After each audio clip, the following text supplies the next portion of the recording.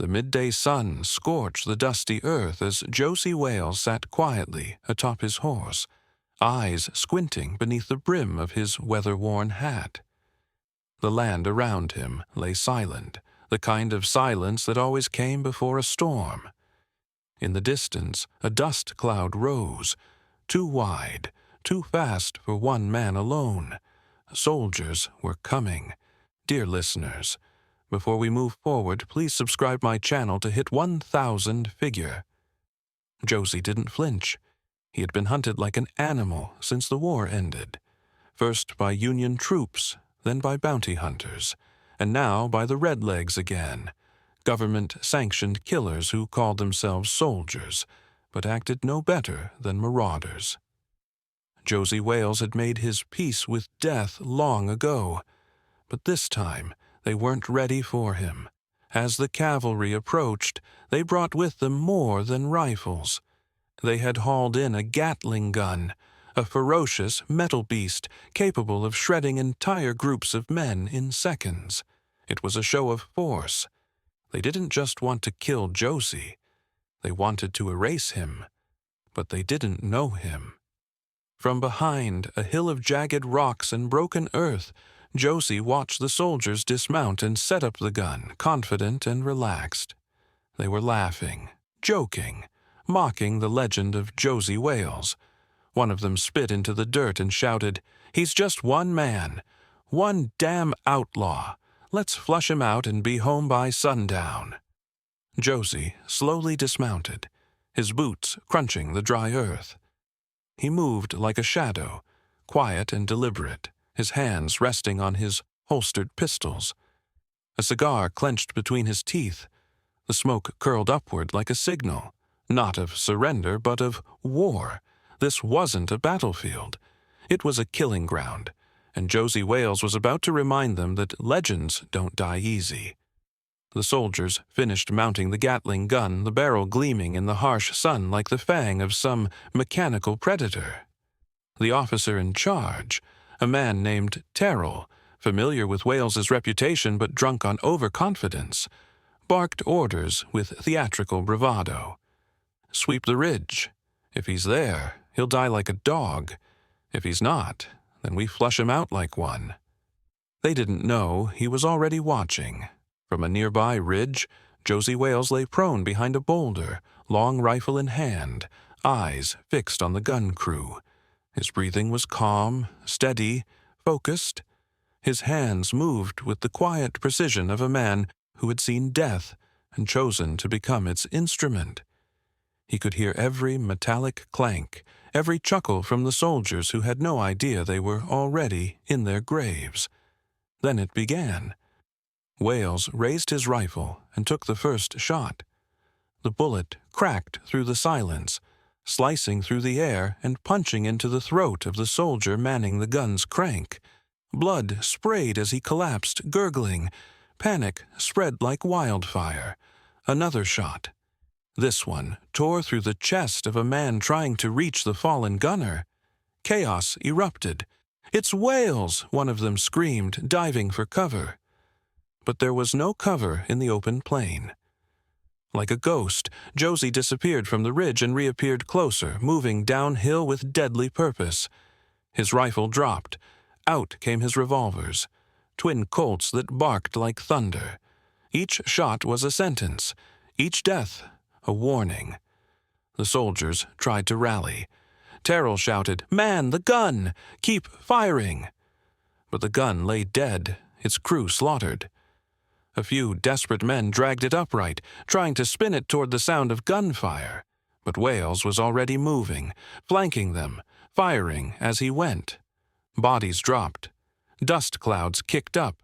Blood soaked the dry earth. The Gatling gun, their ace, their pride, their unstoppable weapon, became a monument to their arrogance. It never fired a single round. By the time they realized they were fighting a legend, it was already too late. As the last echo of gunfire faded into the hills, the remaining soldiers hesitated.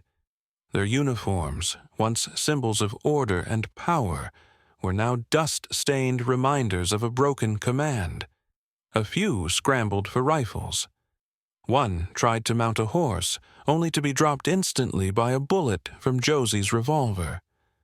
Josey Wales moved with the inevitability of a storm. He wasn't in a rush. He didn't need to be. The battlefield belonged to him.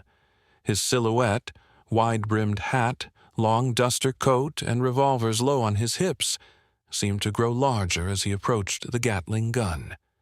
Smoke still rose from the weapon, not from use, but from the heat of death lingering around it. Terrell, face twisted with disbelief, tried to regroup his men behind a wagon. "Stand and fight! He's just one man." But even Terrell's voice betrayed the lie. Josey circled wide, always moving, like a predator testing his prey's weakness. His eyes were cold, not angry, not frantic, just resolved. This was justice, carved out in lead. Suddenly, from behind a broken fence post, one of the younger soldiers, barely a man, aimed and fired. The shot whizzed past Josey's shoulder, missing by inches. Wales didn't flinch. He turned and put the boy down with a single, almost regretful pull of the trigger. He didn't relish killing, but he didn't run from it either. Another soldier charged with a bayonet, screaming, trying to prove he wasn't afraid. Josey sidestepped, grabbed the man's wrist, and broke it with a twist before slamming him to the ground and finishing him. Brutal, efficient, as if death itself had taken on human form. Now, only a handful remained. And Terrell, sweat dripping from his brow, stared down the man he had once dismissed as just another outlaw. But Josey Wales was more than that. He was a man who had lost everything to war, betrayal, and blood. And now he gave it back, one bullet at a time. The wind howled low through the battered trees as Josey Wales stepped toward the mounted Gatling gun. Its iron frame sat quiet, menacing, a beast waiting for its master. Around it lay the broken bodies of soldiers who once believed they had the upper hand. Josey knelt beside the weapon, checking its feed, its crank, and the mounted swivel. He didn't hesitate. He knew exactly how this thing worked. He'd seen what it could do, and now it would speak for him. Across the open field, Terrell had pulled what few survivors he had behind an overturned wagon, yelling orders no one really followed. The fear had cracked their spirit. Then the Gatling gun roared.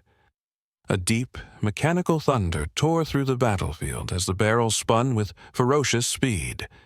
Bullets rained down like a metal storm, ripping through wood, flesh, and anything unlucky enough to stand. The wagon splintered, screams pierced the dust, and the last semblance of organized resistance vanished. Terrell dove behind a tree stump, eyes wide with disbelief. His men, the same ones who had ridden with confidence hours ago, were now scattered in pieces. He peeked over his cover just in time to see Josey walk forward, hands calm, gun smoking like a devil's trumpet. Click. The Gatling gun's belt ran dry. Silence. Not even the birds dared chirp. Terrell stood slowly, coughing through the gunpowder haze, one hand raised. "Wales, wait!" Josey didn't flinch. He holstered his pistol, took a slow breath, then drew it again in one smooth motion. Bang! Terrell's body jerked back, then dropped like a sack of wheat. No more speeches, no more mercy. Josey Wales turned away. He didn't look back. There was no glory here. Only justice, carved by his own hand. Smoke still curled from the Gatling gun like a coiled snake resting after the strike. The battlefield had gone silent, eerily so. The groans of the dying faded under the whisper of the wind. Josey Wales stood alone amidst the carnage, his boots sinking slightly into the blood-soaked dirt.